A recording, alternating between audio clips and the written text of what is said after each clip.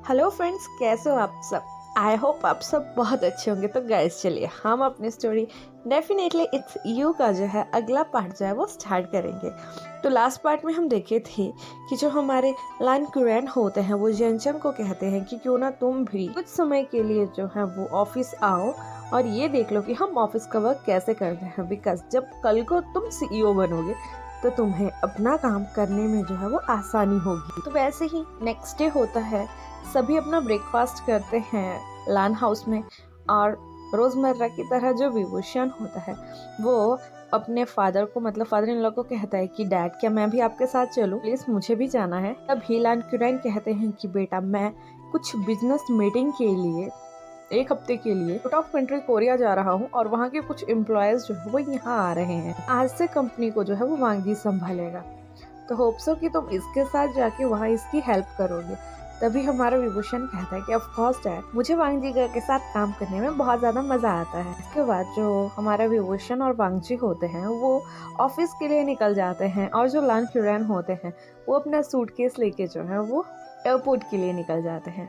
जैसे ही हमारा वांगजी और विभूषण जो है वो अपनी कंपनी में पहुंचते हैं तो उन्हें वहाँ पता चलता है कि कोरियन जितने भी मेंबर्स थे जो आने वाले थे वो कुछ समय में जो है वो पहुंच जाएंगे। इसके बाद जो हमारा वांगजी होता है वो अपने सेक्रेटरी को कहता है कि तुम जल्द से जल्द उन सब के नाम डिटेल मेरे बेंच पे पहुंचाओगे। तभी उनका जो पर्सनल सेक्रेटरी होता है वो कहता है ओके सर, कुछ देर रुकिए, मैं अभी उन सबका बायोडाटा जो है वो आपके डेस्क पे पहुंचा दूंगा। इसके बाद हमारा जो वांगजी होता है वो विभूषण को लेके जो है अपने ऑफिस में चला जाता है।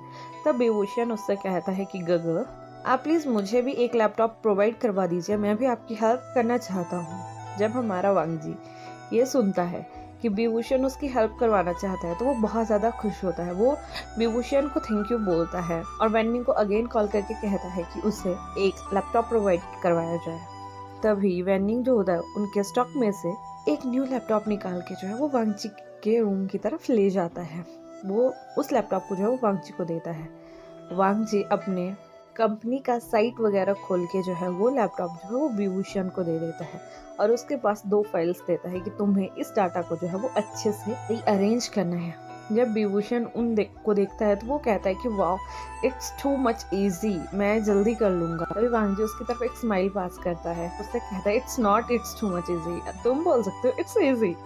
तभी विभूषण कहता है कि आपको पता है ना कि मेरी इंग्लिश कितनी घटिया है, तो होप सो कि आप हंसोगे नहीं। उसके बाद जो हमारा वांगजी होता है वो कहता है कि हाँ हाँ मुझे पता है कि तुम्हारी इंग्लिश कैसे है, मैं नहीं हंसूंगा। लेकिन तभी कुछ समय के बाद जो वेन्निंग होता है वो सभी कोरियन जितने भी वहाँ पीपल्स आ रहे थे उनका बायोडाटा कलेक्ट करके जो है वो वांगजी के ऑफिस में ले आता है। वो वांगजी का डोर नॉक करता है और अंदर आने की परमिशन लेता है। तभी वांगजी उसे अंदर आने की परमिशन दे देता है। तब जो वेन्निंग होता है वो उस रिपोर्ट को जो है वो वांगजी के डेस्क के ऊपर रख देता है। इसके बाद हमारा वांगजी जब उस रिपोर्ट को चेक कर रहा होता है तो उसे एक फैमिलियर सा नाम उसमें दिखाई देता है, वो होता है आशिंग। तभी ईवो को कुछ याद आता है लेकिन वो सोचता है कि शायद ये वो नहीं होगी। इसके बाद जो हमारा वांगजी होता है वो सारी लिस्ट को चेक करता है जिसमें मैक्सिमम जो पर्सन थे वो चाइना के ही थे जो अभी कोरिया में जाके जो था बिजनेस कर रहे थे, जिनमें उनकी सबसे बड़ी हेड थी जिसका नाम था आशिंग। आशिंग के वहाँ आते थे सोंगलैन, शुयांग, शॉ शिनचन। ये 4 बंदे जो थे कोरिया से अभी चाइना आए हुए थे उस बिजनेस डील को पक्का करने के लिए। यहाँ से हमारे जो लान कुरैन थे वो कोरिया उनकी कंपनी में गए हुए थे उनका वर्क देखने के लिए कि वो वर्क जो है वो किस तरह से करते हैं और क्या उन्हें इनके साथ कोलैबोरेट करना चाहिए या नहीं करना चाहिए। इसके बाद जो हमारा वांगजी होता है जब वो उन सभी की डिटेलिंग जो होता है वो पढ़ लेता है, उसके बाद वो वेन्निंग को कहता है कि ये कब तक पहुंच जाएंगे। तभी वेन्निंग कहता है कि सर ये एयरपोर्ट से ऑफिस की तरफ निकल चुके हैं, बस 10 मिनट में ये यहाँ पहुँचने वाले हैं। तभी वांगजी कहता है कि तुम इन्हें मीटिंग रूम में बिठाना, जैसे ही ये यहाँ पहुंच जाएंगे उसके बाद तुम मुझे बताना, मैं इनसे जाके खुद मिल लूंगा। वेन्निंग कहता है ओके सर। इसके बाद जो वेन्निंग होता है वो वांगजी के रूम से जो है वो बाहर चला जाता है और वहीं हमारा विभूषण जो होता है वो इन दोनों की बातें सुन रहा होता है और बहुत कंफ्यूजिंगली फेस से जो होता है इनकी तरफ देख रहा होता है। तभी हमारा वांग जी जो होता है वो उससे पूछता है कि क्या हुआ। विभूषण कहता है कि वो तो आज आ रहे हैं, तो आज ही आप उनके साथ मीटिंग स्टार्ट करोगे। तभी वांग जी कहता है कि नहीं, आज सिर्फ इंट्रोडक्शन होगा, तुम भी मेरे साथ चल सकते हो, मैं तुम्हें बताऊंगा कि बिजनेस कैसे किया जाता है। विभूषण कहता है कि नहीं गग्गा, मैं ना आपकी तरह टीचर बनना चाहता हूँ, आप यूनिवर्सिटी में टीचर हो ना, मैं भी वैसे ही टीचर बनना चाहता हूँ। ये सुनने के बाद जो हमारा वांग जी होता है वो विभूषण के फोरहेड के ऊपर, मतलब जो बाल होते हैं उसके ऊपर अपना हाथ फेराता है, उससे कहता है ओके, जो तुम्हें करना होगा तुम वो कर लेना, तुम्हें कोई प्रेशराइज नहीं करेगा। वैसे भी यहाँ मेरे फादर संभालते हैं, मैं तो बस कुछ समय के लिए यहाँ आता हूँ जब वो यहाँ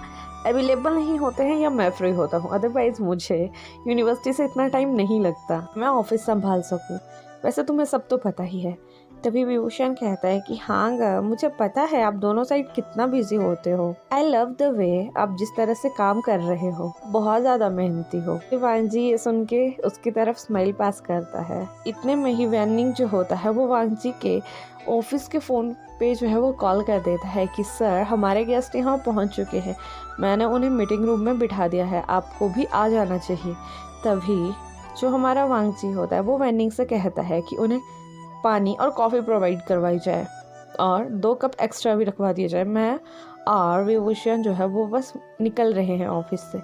तभी जो वेनिंग होता है वो नोट करता है और उससे कहता है ओके सर आप आ जाइए। और यहाँ दूसरी साइड जो आशिंग होती है उसे पता होता है कि ये वांग जी के फादर की कंपनी है। तो वहीं जो सोंगलान, शुयांग और शाओशिनचन होते हैं वो तो उसके मीटिंग रूम में जो होते हैं वो बैठ जाते हैं, लेकिन जो आशिंग होती है वो उस मीटिंग रूम को जो है वो बहुत बारीकी से देख रही होती है कि कहाँ कौन सी चीज़ कैसे रखी गई है।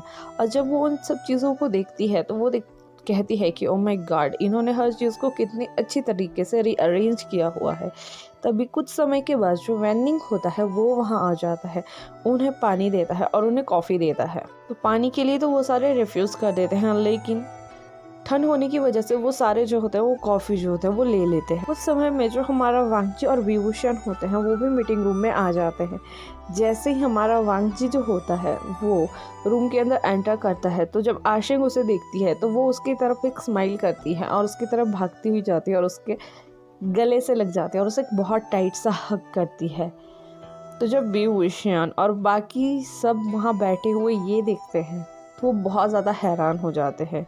इवन जो वांग जी होता है वो भी बहुत ज़्यादा शॉक हो गया होता है कि ऐसा कौन पर्सन है जिसने उसे इतने टाइटली हग किया और वो भी girl, how is it possible. और तभी विभूषण जो होता है वो उन दोनों की तरफ बहुत मतलब आईज जो है बड़ी बड़ी करके देख रहा होता है कि ये सब कुछ क्या चल रहा है। इस यहाँ जो वांग जी की कंपनी थी वहाँ नहीं पता था कि वांग जी ने जो है वो विभूषण से शादी कर ली है। वो सिर्फ ये सोचते थे कि ये शायद कोई इंटर्न है जिसे अभी यूनिवर्सिटी में छुट्टी हुई है और ये यहाँ इनके साथ काम करने आ जाता है। जैसे ही आशिंग जो होती है वो वांग जी को जो है वो हग करती है और उससे कहती है कि Wang Ji I miss you so much. जब वांग जी उसकी आवाज़ सुनता है तो वो पहचान जाता है और वो कहता है आशिंग तुम। अभी वांग जी के मुंह से जब विभूषण आशिंग सुनता है और जो आशिंग होती है वो कहती है हाँ मैं वांग जी, कैसे हो तुम। तो जब विभूषण ये दोनों चीज़ें सुनता है तो वो बहुत ज़्यादा हैरान हो जाता है। वो ना ही उस रूम से बाहर जा पाता है, ना ही वो अच्छे से वहाँ खड़ा हो पा रहा था। लेकिन तब तक जो हमारा वेनिंग होता है वो वहाँ पे एक आवाज़ कर देता है कि एक्सक्यूज़ मी, जिससे जो आशिंग होती है वो वांग जी को हक करना जो है वो छोड़ देती है। और उसके बाद उससे कहते हैं कि ओ माय गॉड वांग जी तुम कितना चेंज हो गए हो, तुम कैसे हो, इट्स अ लॉन्ग टाइम, मैंने तुम्हें बहुत समय बाद देखा, तुम्हें देख के अच्छा लगा। लेकिन जैसे वांग जी उसे देखता है तो वांग जी जो होता है वो बहुत ज़्यादा शॉक हो जाता है और वो उससे कहता है कि तुम यहाँ क्या कर रही हो। अभी आशिंग कहती है कि मैं तो सिर्फ यहाँ काम से आई थी। तभी जो वांग जी होता है वो कहता है कि तुम तो वहाँ प्रोफेसर का जॉब करती थी, फिर कंपनी के थ्रू क्यों। तो तभी जो आशिंग होती है वो कहती है कि वो कंपनी मेरे फादर की है और मेरे फादर ने जो है तुम्हारे फादर से पहले ही बात कर ली थी कि अगर हमारी कंपनी में कोई भी डील होती है तो मैं तुम्हारे ब्रदर की यूनिवर्सिटी में जो है वो 1 साल तक टीच करवाने आऊँगी ताकि मैं कोरिया में पढ़ रहे चाइनीज़ बच्चों को जो है वो अच्छे से टीच करवा सकूँ। जब वांग जी ये सुनता है तो वो बहुत ज़्यादा हैरान हो जाता है और उसे गुस्सा भी आता है कि फादर ने मुझसे पूछे बिना ये डिसीज़न क्यों लिया। लेकिन दूसरी साइड जो हमारा विभूषण होता है वो उन दोनों को देख के बहुत ज़्यादा हैरान हो रहा होता है। सोंगलान, सोयांग और शाओशिनचन वो भी उनको देख के बहुत हैरान होते हैं और वो कहते हैं कि मैम हमें मीटिंग शुरू करनी चाहिए, हम बहुत ज़्यादा थक चुके हैं, उसके बाद हमें रेस्ट भी करना है। तभी आशिंग कहती है कि हाँ तुम कर सकते हो, इसमें मुझे कोई दिक्कत नहीं है, लेकिन मुझे कल से अपना काम जो है वो प्रॉपरली टाइम से और ढंग से चाहिए। जब वांग जी ऐसा सुनता है तो वो आशिंग को कहता है कि तुम प्लीज़ मैम अपनी सीट पे जाके बैठिए, हमें मीटिंग स्टार्ट करनी है। उसके बाद जो वांग जी होता है वो विभूषण को कहता है कि विंग तुम भी वहाँ जाके बैठो, मैं इनसे मीटिंग के बारे में कुछ बात कर लेता हूँ। लेकिन यहाँ जो हमारी आशिंग होती है वो जो होती है विभूषण से कहती है कि क्या तुम्हें पता नहीं है कि अपने सीनियर एम्प्लॉय से कैसे बात की जाती है? क्या तुम्हें ये पता नहीं है कि मैनर्स क्या होते हैं? क्या तुम्हें किसी को बो करना नहीं आता या किसी को विश करना नहीं आता? इसके ऊपर जो वांग जी होता है वो उससे कहता है कि एक्सक्यूज़ मी, ये यहाँ का एम्प्लॉय नहीं है, ये सिर्फ मेरे साथ यहाँ आया हुआ है।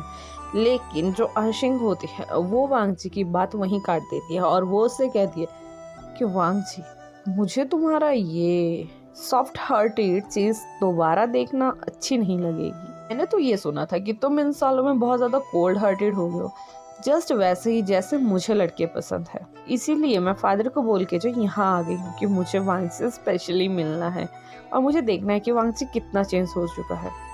तभी वांगजू से कहता है कि आशिंग इस बारे में हम बाद में बात करेंगे, पहले हम मीटिंग के बारे में बात कर लेते हैं। इसके बाद जो वांगजी होता है वो अपनी मीटिंग जो होता है उनके साथ जो होता है वो स्टार्ट करता है।